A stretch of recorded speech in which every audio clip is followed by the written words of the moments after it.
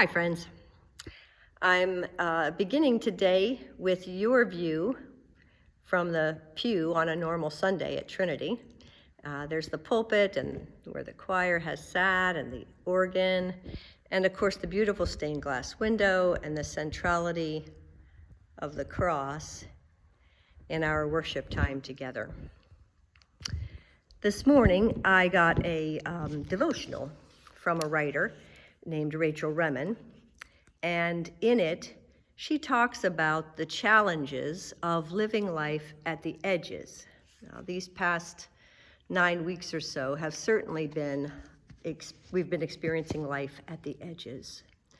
The threat of coronavirus and its, devastation to families and communities has been so disruptive to all of our lives.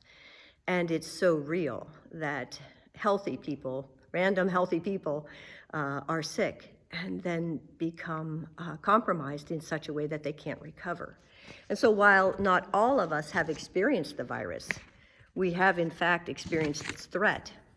And we're challenged by how to continue to move forward with this threat hanging over all of us. And many of our friends have lost loved ones, family members. And so they are, in fact, doing the grief of loss amidst all this chaos. So I wanted to read this simple devotional. There is often more wisdom to be found at the edges of life than in its middle. Life-threatening illness may shuffle our values like a deck of cards. Sometimes a card that has been on the bottom of the deck for most of our lives turns out to be the top card, the thing that really matters. Having watched people sort their cards and play their hands in the presence of death for many years, I would say that rarely is the top card perfection or possessions or even pride. Most often, the top card is love. I wanted to share that because you all have been participating in a beautiful act of love. For the past weeks, we have been recording worship here in the sanctuary, and the view from the pulpit is pretty rough. It's just a bunch of pews here in the sanctuary. Well, all that changed when we came in to record worship the other day, and what we found warmed our hearts. So I wanted to just turn the camera around so you can see our view now from the pulpit. There you are, look at you. That's just such a great, heartwarming picture of you all.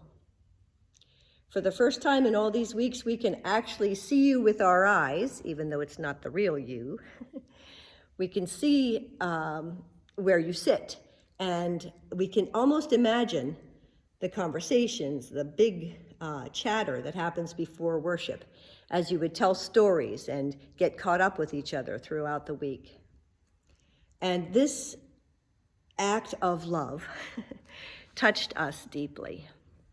Sitting up here and trying to lead worship to an empty sanctuary has been very painful. And your beautiful act of love has touched our hearts. Brad and I were deeply touched by this.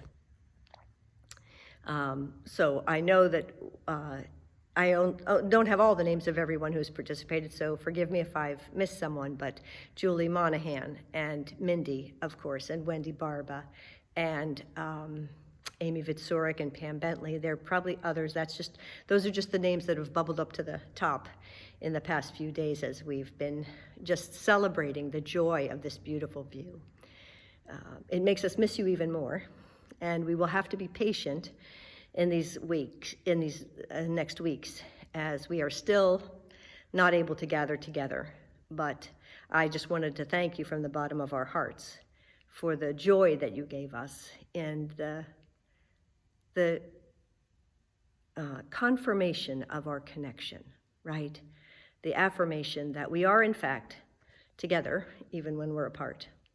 So we're sending God's blessings to you for peace and for grace and an awareness of God's presence with you in each moment of your lives. We'll talk to you soon.